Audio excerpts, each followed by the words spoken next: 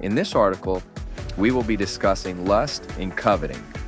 We will give a general overview first and then talk specifically about the Greek word epithumeo, which is to lust or covet, that is found in Matthew 5:28. Now, this verse is probably used more than any other by the church as a proof text that sex outside of marriage is a sin. In the English language, lust and coveting are synonyms, and they have different meanings than when the Bible uses them. They also have slightly different meanings from each other. Covet is to desire what belongs to another, and lust is an intense longing or unbridled sexual desire. So let's reword it a bit. Covet is to want what someone else has, regardless if you try to steal it or not. Lust is an intense desire or fantasy of having sex with someone. Now, these are their main meanings, but if you look them up in a dictionary, some of their other meanings are like each other, thus they are synonyms. Now, in a moment, we'll see how their meanings are quite different when used in Scripture than when defined by our American English dictionaries. In the Bible, however, lust and coveting are even more closely related to each other than synonyms. The translators often use them interchangeably. A full study of lust and coveting is a big undertaking and outside the scope of this chapter.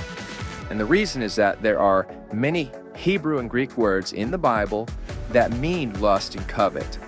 Again, we will specifically be looking at epithumeo, which is the Strong's Greek word G1937 that's in Matthew 5:28. Now, when you read a verse containing the Greek word epithumeo or epithumia, some translators use the word lust, some use covet, and some just describe the word. A Romans 7:7 is a great example of this. Let's look at a few translations of this verse to see how their translators handled the two Greek words in this verse. In the NASB, coveting and covet is used for the word epithumeo and epithumia. Now, the BRG, it's lust and covet. In the Darby translation, there was just the word lust both times. And in the CEB, it describes it, and they say the desire for what others have and the desire to take what others have. The reason it's so important how the solid working definition of this word is that the word lust is used in that very famous verse that we mentioned earlier. Now, here is the verse again.